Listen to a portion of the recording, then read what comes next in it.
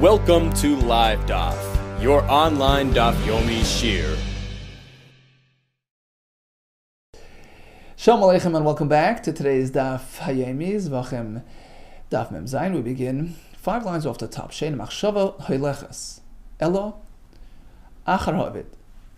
In the Mishnah we learn that the machshava, the intent that relates to the process of the avodah of a carbon, is determined by the ovid, by the one doing the avodah, the one doing the shchita, the kohen doing the rest of the avodas. But if the kohen is thinking one thing, if the kohen has a diverting thought, the owner sitting at home is not going to help him, right?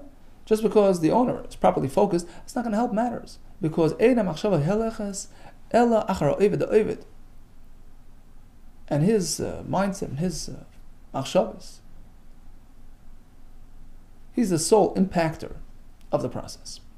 Says the Gemara, it's not so simple. Actually, we have opinions that we find throughout Shas, that in fact, things can be influenced externally as well. Masnis in our Mishnah, which says that the owner cannot really help much if the kohen is thinking Shlei Lishma. The Leiki Tana seems to be going not like the following Tana, the Sani. Amar Blazer B'Yesi. Shamati Shabalim Mefaglim. I heard from my teachers, I learned that even the owner can make pigul. So even though the kohen is thinking proper thoughts, but the owner had a machshava of pigul, the carbon is possible. Amar Rava, my time, the Blazer B'Yesi. What's his source? The Makra, the pasuk says V'hikra Makriv. This was actually in Bamidbar Tesvav. That was by the Nesachim. V'hikra Makriv. The Makriv will be Makriv. Who's that? That's the owner. The owner is going to be the one sending in the mincha, right? So the pasuk refers to the owner as a makriv. Likewise by pigul, where it says hamakriv oisel lo yechashav. The thought process of the makriv impacts the carbon. That also includes the owner, even though he's not actively processing the carbon. Amar Abaye, says Abaye, in typical Abaye fashion, he's going to string together various opinions with the same, based on the same underlying concept, that things can be influenced externally. It says Abaye Rabbi Lezer Rabbi Yasi, which is the shita we just mentioned regarding pigul, Rabbi Lezer and the shita of Rabbi Eliezer, coming soon, and also the third shita of Rabbi Shimon Elazar. All of them, all three converge on this concept. Kulu, Sfiru, they all hold in some way or another, in some fashion. Zeh mechashav zeh ovid, havi machshava. Then in fact, even though the kohen is doing the avodah, zeh ovid, but if zeh mechashav, but if somebody else, as the owner, is thinking otherwise, he can impact the carbon. Havi machshava. So we find this concept throughout Shas, relating to different concepts, but in terms of the underlying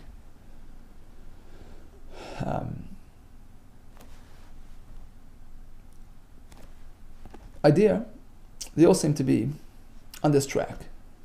That although he's not actively doing, but he can impact what's being done by somebody else. So the first on the list is Rabbi Yasi, Adamar, as we just said. The owner can make pigul during the kohen's avodah. What about Rabbi Eliezer? The Sani is we have a brisa.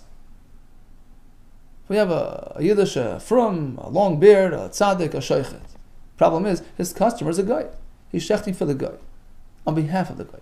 Now the fact is, when a guy does shchita, halacha is, you can't eat from the shchita. We assume that his mind is his kavanas for avodah zara, lahavdil, just like we shecht karbanis for Hashem, kaviyachol, right? So lahavdil, they do it for avodah zara. That's if the guy actually does the shechita. What if a yid does the shechita for the guy? You would think it's okay because it's all about who did the act. No. Hashechet lo eved gechavim, if a yid shechs for a guy, shchitasik share, it's okay. For Rabbi Eliezer Paisel, he says you can't eat it. Because Rashi says, Stam machshav is eved gechavim l'aved zara. Presumably the owner's thinking about aved zara, even though he's not actually doing the shchita, but since the yid is doing it on his behalf, the guy's intention impacts the shchita of the yid. So we see that external intentions can impact what you're doing. Number 3 is Reb Shimon Elazar. This relates to carrying on Shabbos, which is meant to be material which is meaningful, which has value, and the amount is considered useful. Only that makes for a malacha of carrying. What if it's just, benign material, virtually worthless, or it's valuable material but too small of an amount to be considered useful? So if one carries that on Shabbos, he's not really chayiv. But let's say Reuven decided, this thing is really useful for me, it's really valuable for me, whether it's the material or the amount. And now Shimon, who to him doesn't really relate to this value, will carry out the item. Shall we say that the focus is on Shimon, who did the malacha? To him it has no value, or to him it's too small to be considered useful, in which case it's not considered a malacha of carrying. Or the very fact that Reuven considered it valuable, that gives it a status of importance, of significance, in which case now when Shimon carries it out, he has committed a malacha beitzah. That is the shita of Rabbi Shimon Elazar. So once again we see that one person's thought can impact the other person's actions. Rabbi Shimon Elazar, this non klal Omar, Rabbi Shimon Elazar. A rule stated by Rabbi Shimon is as follows: Kol she'ein kosher latzniya. Any material which is not suitable for putting away, or in terms of its volume, it's not sufficient to be deemed valuable to put away. But a fellow decided, well, for me this is extra special. To this fellow it was huksha, which means to say it had significance in his eyes, his value, and he put it away for his personal use. Okay, so that's Reuven. But now Shimon, who to him it has no value, or very little value, comes along and carries out that item. Shimon is now liable due to Reuven's determination. So one's machshava can impact other person's ma'aseh. So we have 3 examples of such. We have, starting from Pigel, Reb Lezer Rabbi Yossi. The owner can be mefagel, the kohen's avodah. We have Reb Lezer by regular shchita. The machshava of the owner, the goy, can impact the yid's shchita. We have the shchita Reb Shimon Elazar by Shabbos. Reuven's thoughts can impact Shimon's malach. Now the question is, do they all agree with each other? They're loosely sort of connected, but there are perhaps some distinctions. Tarvayu islay luhud Reb Lezer Rabbi Yossi. The other 2 shitas certainly agree with Reb Lezer Rabbi Yossi that by Pigel this would apply. Why? Hashta b'chutz amrinan. Because even with respect to external concepts, non-Beis Hamikdash concepts, you realize, Rashi says, the ikar, the primary, place where we find that in fact machshava is impactful. So one's thought process is reckoned with to the point that it can actually determine the status of a korban. That we find in the Beis Hamikdash by Pigel, right? So that's sort of the the ultimate, the source for this idea. So certainly, if they applied regarding Shabbos or regarding regular shchita, that one's thought can impact a masa, certainly when it comes to Pigel, which is, the ikar, the primary, and sort of, father example to the idea of a machshav impacting a mais. So they agree with him on that. If we apply it externally by Shabbos, by Pifnimi, goes without saying, it would apply internally in the Beis Hamikdash. But on the other hand, Reb Lezer Rabbi Yossi, who applied it to Pigel, doesn't necessarily agree with them on the other things. Lesku Tarvayu, perhaps he doesn't agree with the other ones. The other two examples. Why? Perhaps we only say it by pigel. It's a carbon. It's a Beis Thoughts are very much reckoned with, very impactful. So there, even external can impact. But Tarvayu, when they speak by Shabbos and by regular Shechita, who says? It's Bachutz who says thoughts are so consequential to the extent that one person's thought can impact the other person's ma'aseh.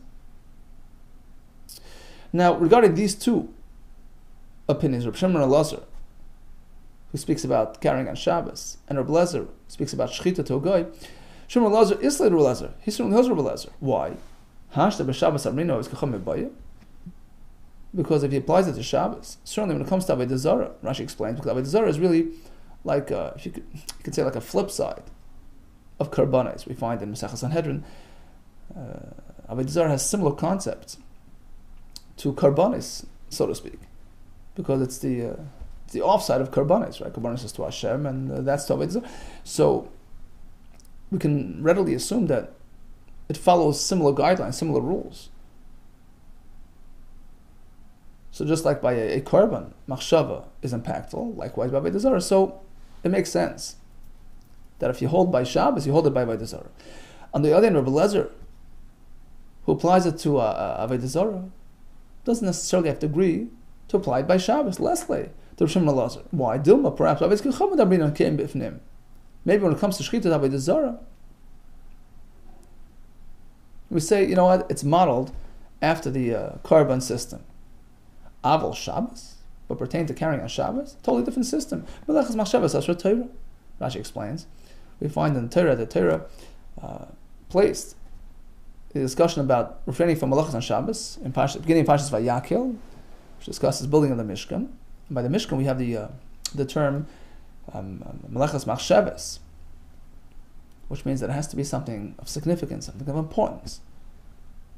He's doing an act to achieve, a valuable, meaningful objective, a malacha gemura. Right? Typically, that's what happened on Shabbos. The person's trying to do something of significance, something of value. It's just he didn't realize that it was Shabbos. He didn't realize that this malacha is forbidden. But in terms of his goal, his objective, he's trying to achieve something of value, something of importance. So just carrying out, insignificant, dust or something that somebody decides to hoard away, who says that impacts me? And therefore, perhaps it wouldn't apply by Shabbos.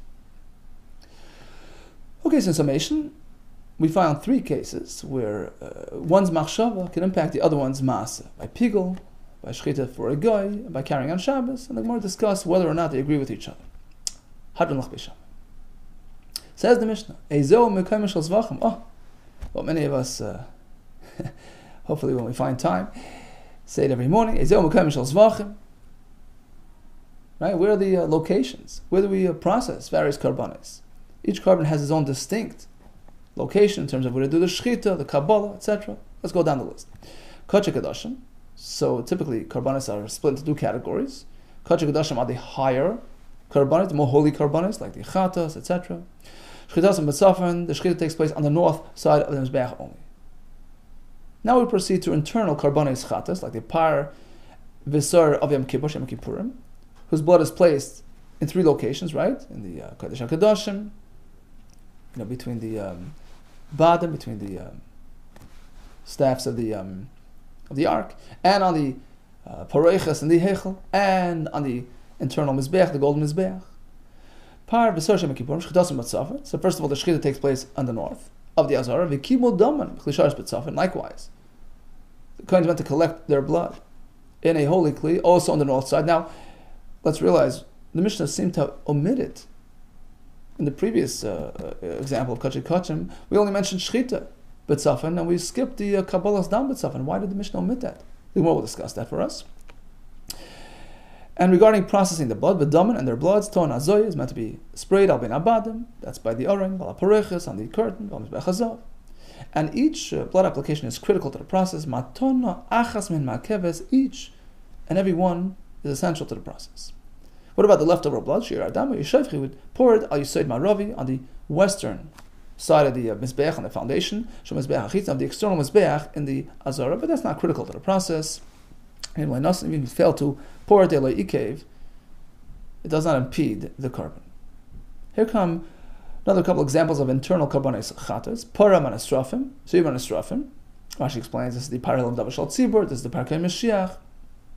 So their bloods are placed internally on the pareches, not on the aron, but on the pareches. So they have 2 out of 3 on the pareches and the Mizbeach Hazav. Leftovers are poured on the outside Mizbeach, and their basar is burnt actually outside Yerushalayim. That's why they're called Param and Estrafim, Surim and Estrafim. Shlas Mitzaf and their Shechita take place in the Tzavim. The Kibbul Daman and Shlas Mitzaf and the Kibbul Daman as well. The Daman and their Dam, Don Azor is meant to be applied ala Pareches, on the curtain of Bechazav, on the golden Mizbech. And once again, each application is important and critical to the process. Matana Achas Men Ma'keves. The leftover blood here, Adam Yishefik would pour, I said, Maravi, on the foundation, Shal Mizbech HaChitzon of the external Mizbech, but it's not critical. V'im Nosan Le'ik. Elu Ve'elu. The flesh of both categories of karbonis, the ones of Yom Kippur and the ones that we just mentioned, Elu Ve'elu Nisrafin are burnt at Beis Hadeshen, in a place called Beis Hadeshen, which was outside Yerushalayim. Now comes the obvious question. Kachik Hadashim are meant to be Shechted B'tzafin, but what about mentioning something about their Kabbalas Adam? Why is that omitted? Minis Neinami, Mishnah should also mention the Kibbul Daman and the Klisharis B'tzafin, that the Kabbalah takes place in the Klisharis B'tzafin. Why leave that out? The answer is like this. There is one variety of a kachim which is called asham mitzvah that a mitzvah brings upon completing his purification process, which has a unique process. Unlike a regular carbon whose blood is collected in a kli only, this asham's dam is collected manually in the kohen's hand. And that's why it doesn't fit in the Mishnah. Since we have an asham mitzvah, which is one of the kachik hadashim, the kibbul dam biyadu, whose blood is collected by hand, shair, that's why the Mishnah leaves it out. Really? It's not mentioned, and it's not meant to be collected in a kli. We have a Mishnah later on, which goes through all the karbonis in great detail, and we have the asham nazar, the asham betzayra. What does it say there? Sheitasam betzafin. Okay. The kibbul daman kli sharish betzafin. The Kabbalah is also in a kli, just like any other carbon. So what do you mean? Says the one mikara savar kibbul daman biyad. Initially, the Tana figured that in fact it's meant to be collected only manually in his hand.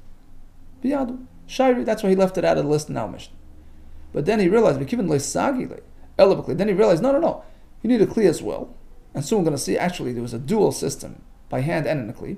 Hadar Tanya. That prompted the return to this, the Tana to go ahead and re-elaborate and explain, in fact, that so later on, when the Mishnah goes through the karbonis in great detail, in fact, the Tana came back and told us that a kli is needed. So the Shittim Kabbalah says, of course, the Tana knew the halacha. It's just for us to avoid our confusion, because we weren't really, the reader, the learner wouldn't really necessarily understand this. So rather than getting involved and confusing him, the Mishnah sort of left it out right here and then explained it later on. The Sanyas we have in a brayso of a lokach. So this is regarding the blood of the asham mitzvah, which is meant to be placed manually on the mitzvah's earlobe, on his thumb. And the pasuk says, "V'lokach hakoyin midam asham." The kohen is meant to take the dam, v'nasan hakoyin al tnuch eisen hamitar, and place it on his earlobe. Now the word v'nasan hakoyin means directly, right? We're using his finger. Right? This is the mitzvah, right? When we had the discussion a while back that. When it says etzba, when it says kohen, right? So mitzvah is actually the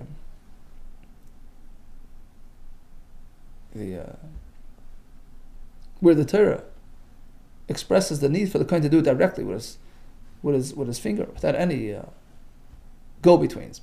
So when it says v'lokach and then v'nasan, we learn that it's done the same way, both manually.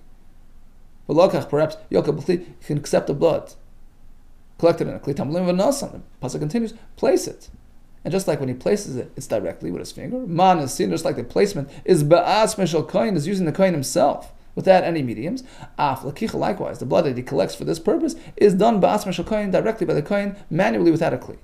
So perhaps that's the only Kabbalah, no kli involved. No, yachal af lemizbeach came. Perhaps this manual system applies even regarding the blood that's going to be placed on the mizbeach. pasuk says, well, an asham follows the same system as a chatas, and a chatas certainly needs a kli. Ma chatas tuna kli, just like a chatas requires a kli.